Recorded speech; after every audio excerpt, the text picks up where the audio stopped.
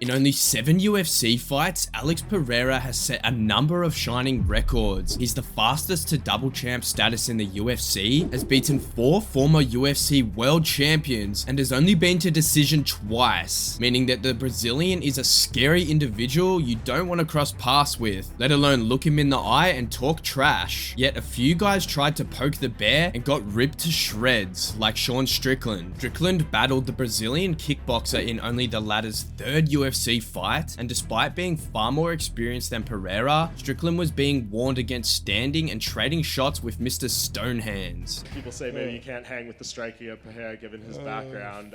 What do you... He's not even a good striker, bro. Like, what is Pereira? Like, dude, the only reason to do that is because you're tall, man. You're genetically gifted. If you were a normal sized human being, you wouldn't even be here. Your style sucks. So what do you think your style, why is your style so much better? Because I'm not a genetically gifted, I'm a fat, you know, I got a gut, man. I actually have to learn to fight. I just can't be like 80-inch reach, head kick. Like, dude, I actually learned how to fight. In an attempt to prove the naysayers wrong, Sean Strickland went toe-to-toe with a beast like Pereira. Throughout their fight, he stood in front of the big man, trading shots relentlessly, and he was made to pay for it. Halfway through the first round, Pereira cracked him with a vicious blow and sent him packing on the follow-up. Strickland learned his lesson the hard way. Well, that sucked. You never want to be someone's highlight, but that's the game we play. You know, I tried to stand and bang with one of the best kickboxers. The part about it was, you know, during the round, I kept thinking, man, this is going to be an easy fight. I see everything this guy's throwing. I'm getting the better of the exchanges. I'm going to beat this guy up for 3 rounds. And then halfway through, I got caught. So hats off to Alex. He's a killer.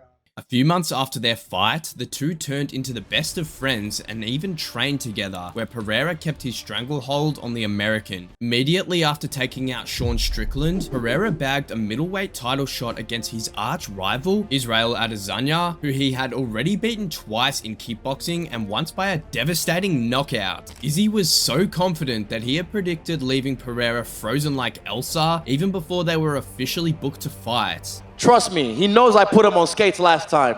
And this time when I put you on skates, I'm gonna leave you frozen like Elsa. But guess who was left frozen like Elsa when the two collided? Oh, you freeze like Elsa.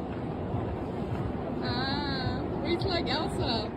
When the two battled at UFC 281, Adesanya rattled Pereira once again in the first round, but the Brazilian was saved by the bell. What followed was a back and forth battle where Izzy had the better of the striking exchanges, whereas Powhatan relied on counters. By round 5, the reigning champion was ahead on the scorecards, and knowing that he had to go for it, Pereira threw the kitchen sink at the last style bender, landing a crunching left hook, followed by a barrage of strikes that ended the fight and Izzy's dominant reign. Here's why Izzy thought he lost. The 5th round, I was up, and he hurt my perineal nerve, so that's why my footwork wasn't as sharp as I wanted it to be. So I was trying to find ways to get off the fence, but my feet kept on dragging, my left foot kept on dragging, and that's why I tripped that one time as well. It was really annoying, but yeah, it is what it is, but I'm still here. I'm leaving. As far as Pereira was concerned, he just did what his coaches said, and it was as simple as that. Ele falou, você tem que nocautear. Eu falei, então vamos para dentro. Going to the last round, my corners and Glover kept it real with me.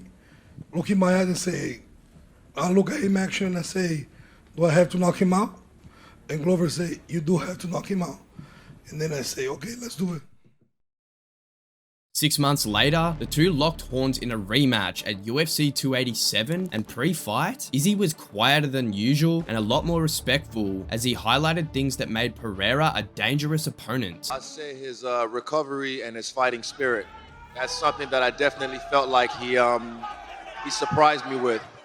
But Saturday night, time for talking is done. I'm gonna show him my fighting spirit. Izzy showcased his fighting spirit by setting the perfect trap and knocking out Pereira in round 2 to reclaim the 185-pound title, as well as his old self, celebrating his win by doing Pereira's iconic bow and arrow gesture before claiming that their rivalry was over, despite it being 3-1 in favor of the Brazilian. Traditionally, right, everyone's going to be like, oh, well, it's 1-1 in MMA, there should be a trilogy. I don't keep score, I settle them. But I'm gonna now say, it's settled. Following Following the loss, Pereira moved up to light heavyweight, where he first fought former 205-pound champion Jan Blachowicz, who, being the man to hand Adesanya his first career loss, was oozing with confidence ahead of his battle with the Brazilian. What I see, great fight in stand-up in the first round, but second round, I take him down or knock him out or submit him on the ground. This is what I see, this is what I do when I do my visualization.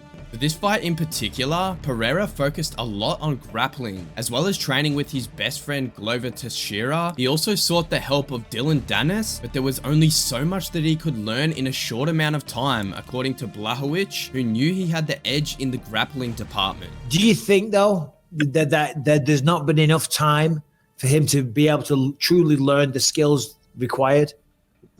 For sure he's gonna learn something, but I think it's too short, you know? But I will answer after the fight for this question. Yeah. But I think it's you know, I have to be ready for everything. But maybe he is like, you know, someone like superhero, and he, you know, learned so fast, and he will be great on the ground. So I have to be careful about this. So we also do this part of job in the gym, but I don't think so. He is stand-up fighter, and you know, he will try to be all fight on his feet. Blachowicz was spot on in saying that Pereira wouldn't grapple because he didn't when the two locked horns at UFC 291, but he did an excellent job of defending himself on the mat and making his way back up. The striking battle was very close as well, with Pereira doing enough damage to earn a closely contested and controversial split decision. Blachowicz later said that he only had himself to blame for the defeat because he apparently gave more respect to Pereira's striking than it deserved. He was good, he was, you know, tough and stuff like this, but nothing what I don't feel before, you know. Yeah. That's it. Like, you know, like everybody. I think that his stand-up will be much better, you know. But yeah. So maybe if I will believe more in my stand-up, I will win this fight before time. Pereira was a bit disappointed as well because he thought that he didn't truly show what he was capable of. Meio pesado. When you come into a show like this, you have to be prepared. You have to be good physically and mentally, and I think I felt like that. I've been preparing with my team, and I'm very thankful for that. And a new division, obviously, really good. And also, unfortunately, I haven't been able to show. I think I did a good job, but I have much more to show at 205. Pereira showed exactly that in his second fight at light heavyweight, which was for the vacant title against another former champion in the form of Yuri Prochazka, who's like the last guy you'd call cocky, but even he thought Pereira had no advantage heading into UFC 295. Do you believe he's the most dangerous opponent that you've fought? You've been in there with some scary dudes, some great fighters. Do you believe he's the most dangerous? I will see that when I will face him. I think I fought with the more dangerous guys. Yeah. Are you confident, Yuri, if you and him and this fight stays the entire time standing, that you can beat him in a striking match? Yes. 100%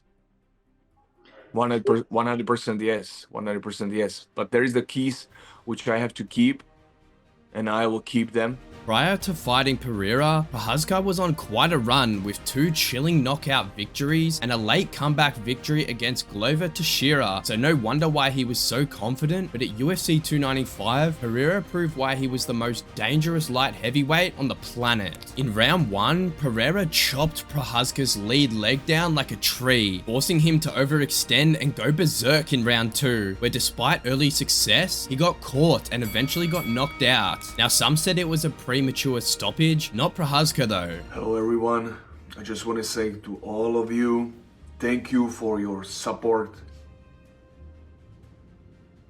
This is for me just a motivation. Nothing else.